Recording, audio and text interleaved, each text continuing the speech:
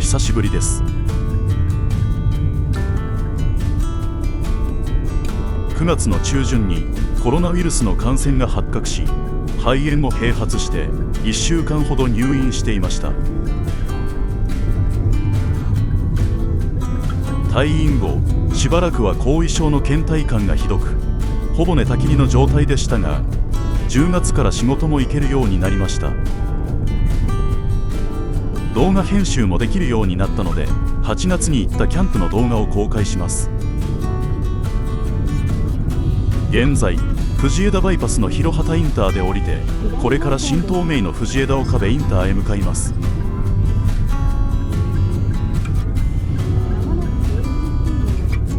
本日利用するキャンプ場は静岡県富士市にある丸美自然公園グリーンキャンプ場です。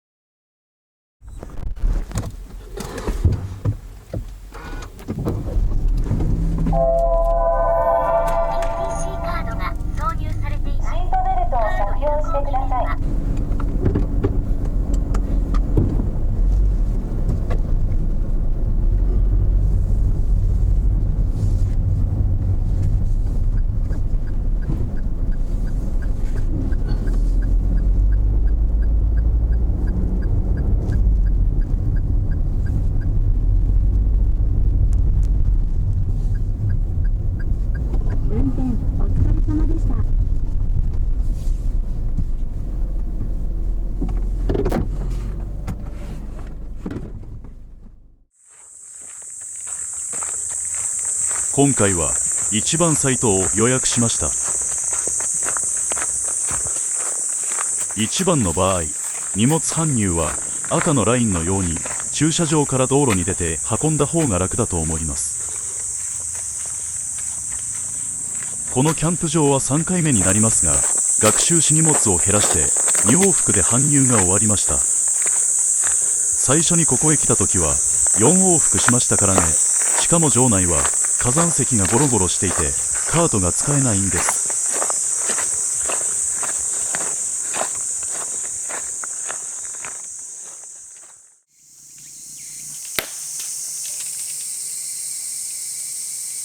今回荷物を減らすためにテントはモンベルのクロノスドーム1型を持ってきました。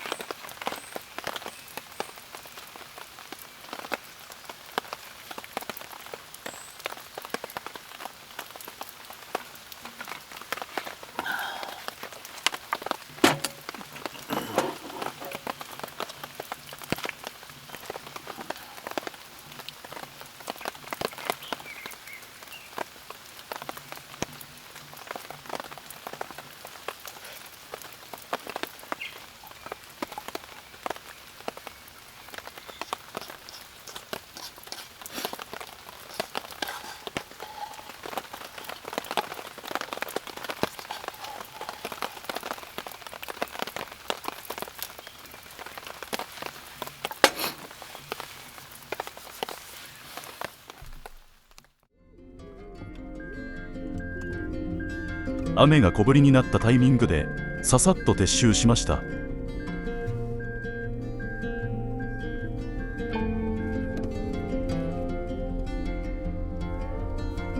このキャンプ場は荷物の搬入は大変ですが、自然とプライベート感のあるサイトでまた来たくなる場所です。